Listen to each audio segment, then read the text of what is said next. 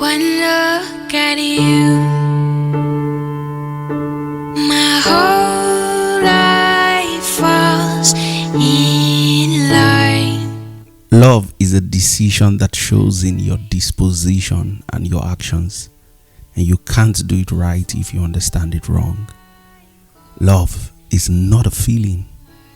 It's actually a choice. Genuine love is a choice. It's an act of the will, irrespective of how you feel, how you think, or the alternatives you come across. I love you means I choose you. And genuine love is a choice to be with and to live with someone or something without conditions. And many people who claim to love other people haven't truly chosen. Every relationship must leave the willingness of the personalities involved to choose always.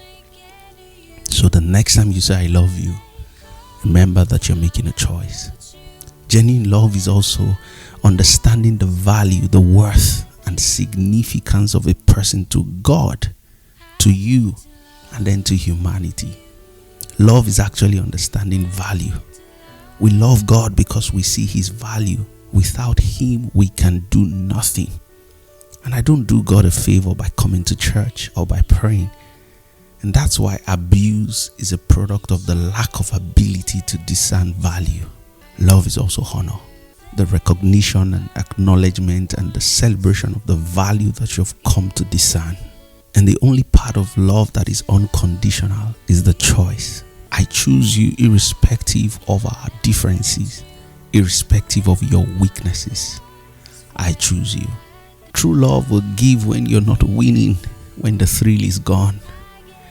And sincerely, you may realize that you have only a few people in your whole life who love you.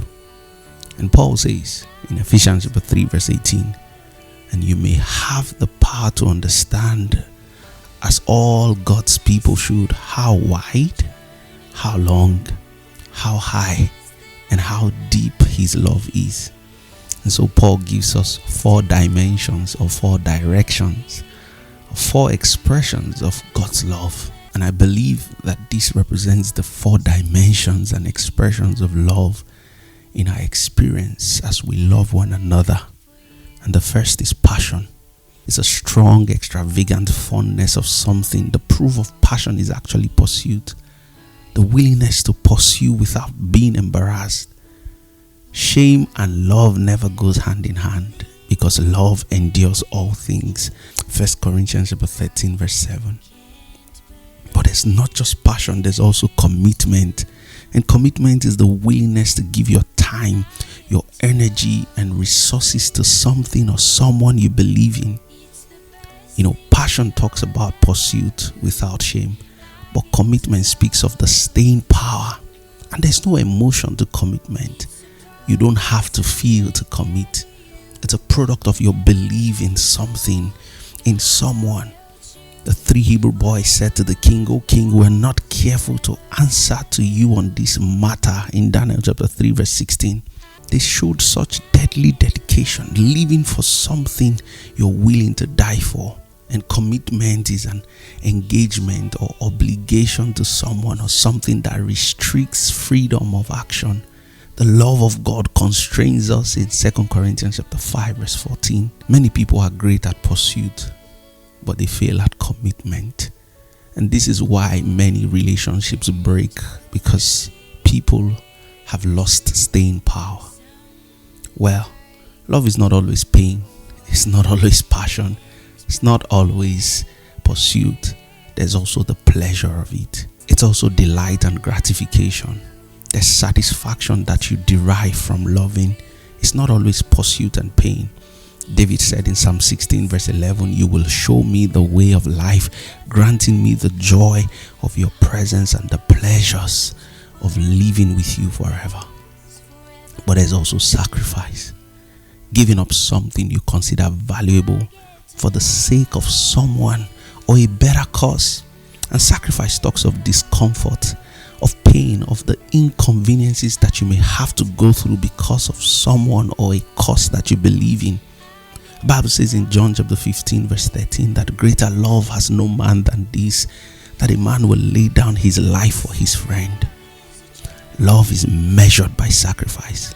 And the enemy of sacrifice is selfishness. A true shepherd lays his life for his sheep.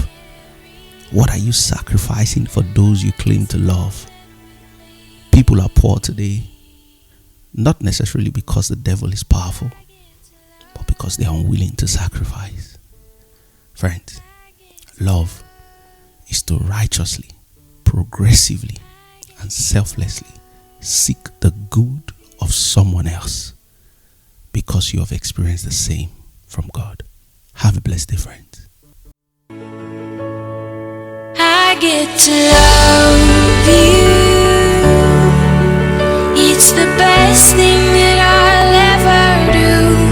I get to love you. It's a promise I'm making to you. Whatever it may come, your heart I will choose. Forever I'm yours, forever I do. I get to love